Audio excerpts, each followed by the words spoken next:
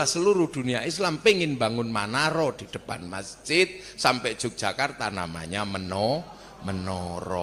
Loh, itu nah kita nggak perlu ributkan menoro. Ini santri pasti tahu sejarahnya itu. Kemudian di situ ada peristiwa terbunuhnya Sayyidina Husain di bulan Asyura. Maka santri-santri mengenang peristiwa bulan Asyura, menyebut bulan Asyura dengan sebutan bulan Suro. Makanya santri di Yogyakarta kalau bulan Suro bikin santunan anak yatim. Kenapa? Karena memperingati terbunuhnya Sayyidina Husain. Termasuk tidak mantu orang Jogja itu adalah tradisi santri. Karena itu bulan duka jangan bikin pesta ora. Makanya bulan 1 Suro di Jogja ada muter beteng 7 kali tanpa ngomong ini bulan duka ojo kokean cangkem ngono toh maksudnya itu.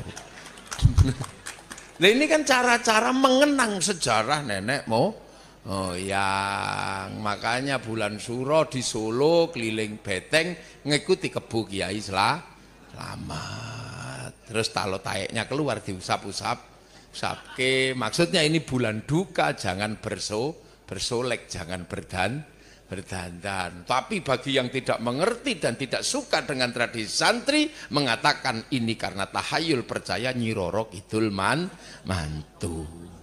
Itu cara olok-olok santri yang mengenang masa lalu. Lah sing olok-olok seperti ini pertama siapa? Belanda. Itu huak pertama yang dibikin Belanda. Lah banyak yang percaya dengan huak itu. Makanya santri kadang dituduh ini. Jadi kalau penjenengan 1 Suro keliling beteng di keraton itu maknailah bahwa ini adalah bulan duka, bulan Asyura, maka jangan kokean lambe. Wangel. Kemudian Islam geser lagi.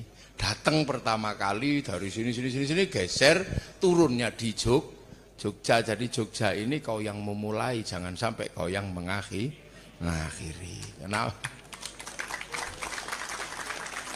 Ya karena yang masuk ke sini dulu namanya Sayyid Jamaluddin Al-Husaini Al-Kabir.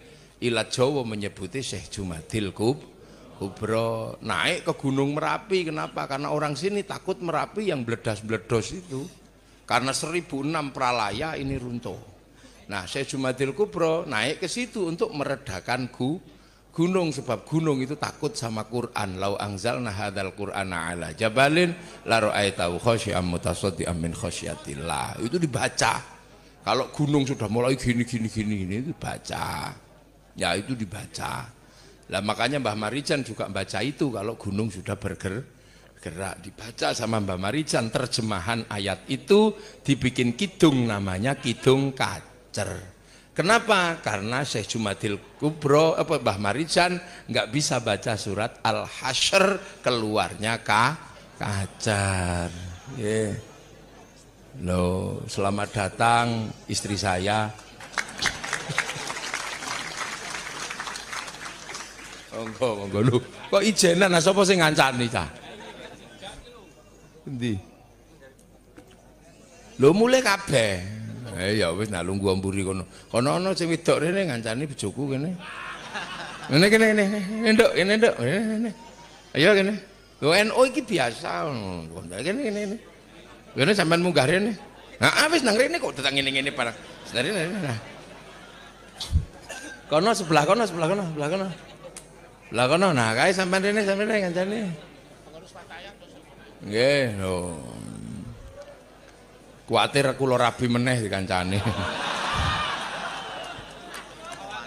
Lha sakjane kula niku ya wani, ning bojo kula luwih wani.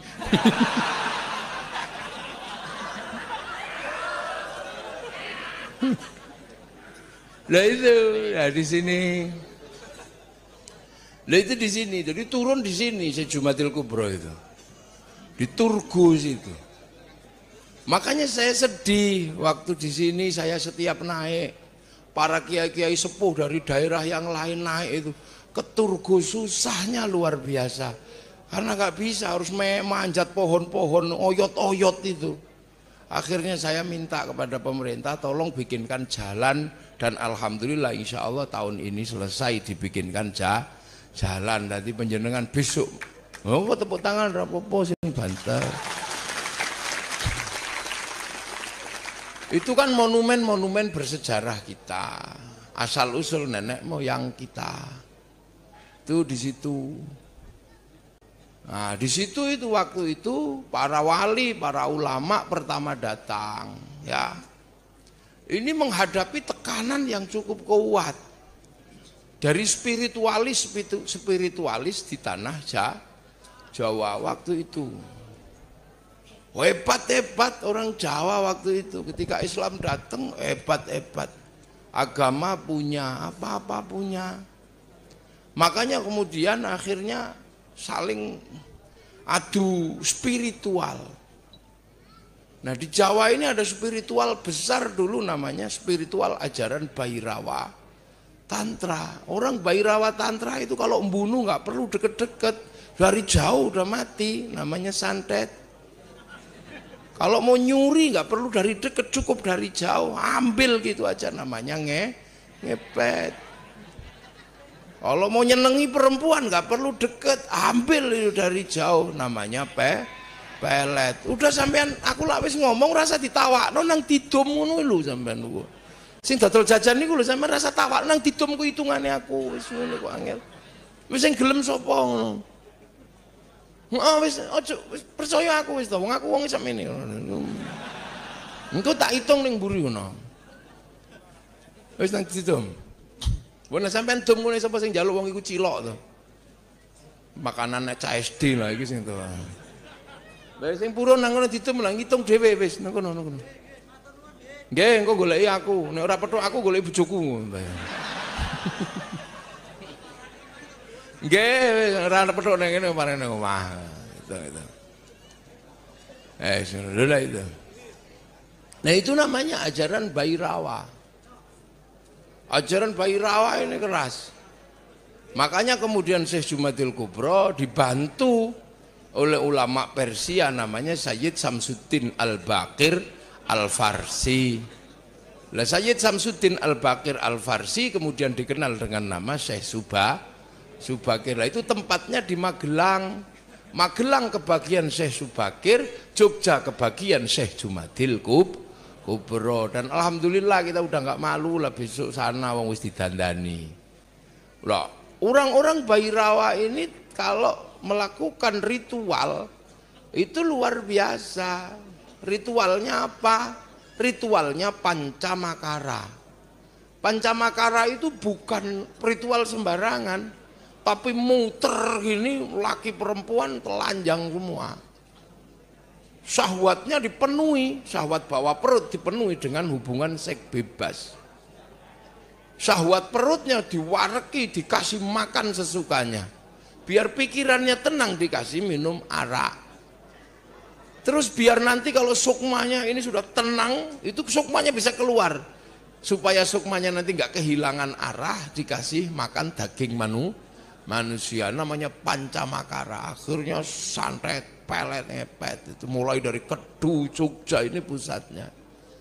Nah itu akhirnya oleh Syekh Jumadil Kubro, oleh Syekh Samsuddin Al-Baqir Al-Farsi, ajaran-ajaran ini mulai ditertibkan. Sebagian tertib, sebagian lari. Ada yang lari ke selatan di sekitar Parangkusumo, yang ke barat lari ke Gunung Serandil di Jambi Pitu Cilacap, lari ke Sukabumi terus ke barat ke Banten.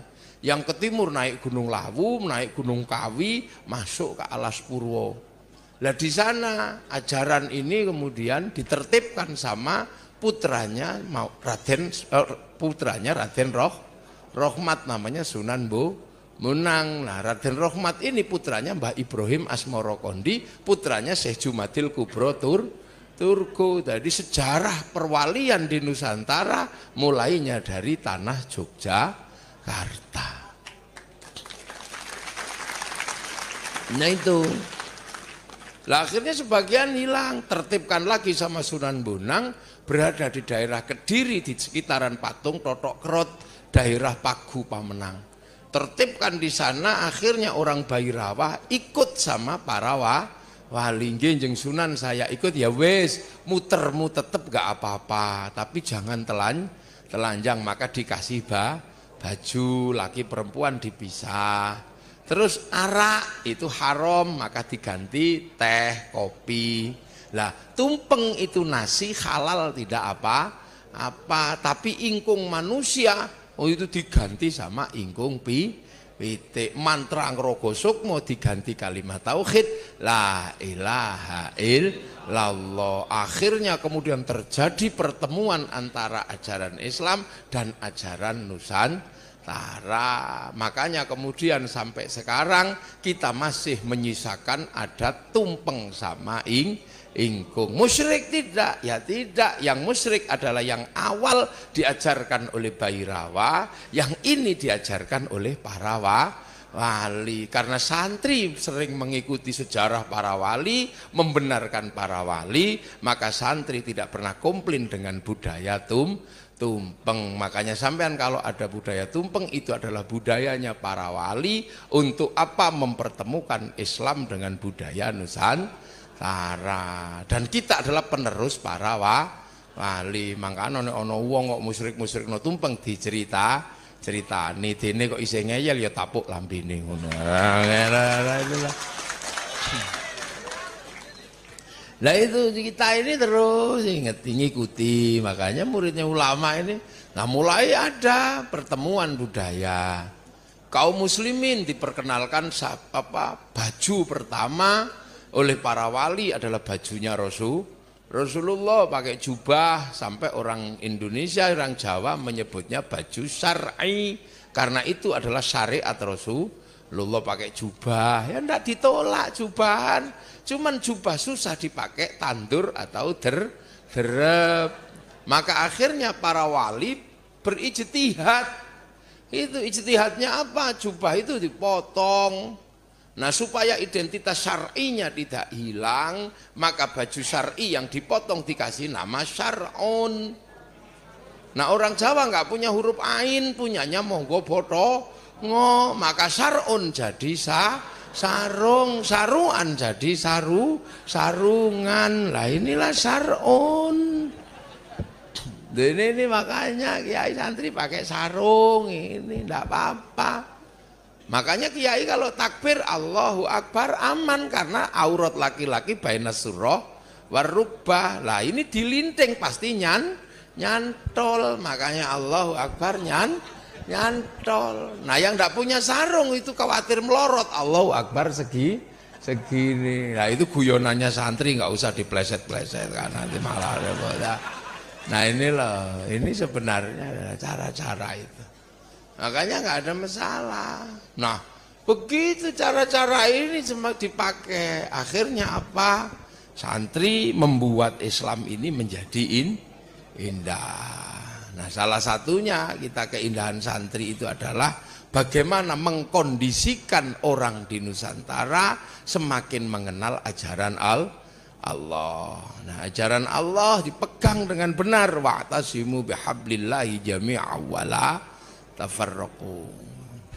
Diperpeganglah pada tali Allah dan jangan tercerai-berai. Tali Allah itu apa? Ya Al-Quran dan sunnah. Loh, makanya setiap ajaran Quran mengajarkan sesuatu membuat kita tidak tercerai-berai.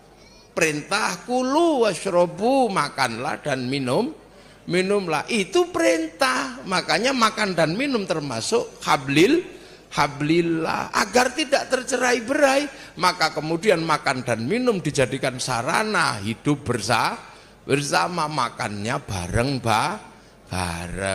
pakai tumpeng, pakai ingkung. Doa apakah perintah? Doa itu juga perintah. Ud'auni astajib lakum. Makanya bagaimana setiap perintah menjadi sarana bersama, sama sarana persatuan. Maka santri NU biasa kalau doa bareng ada istighosah bareng habis sholat doanya juga bareng karena doa itu perintah. Makanya kita kalau doa bareng sing ndonga mek siji tok, sing pinter liyane amina Amin. Kalau kepanjangan, amin.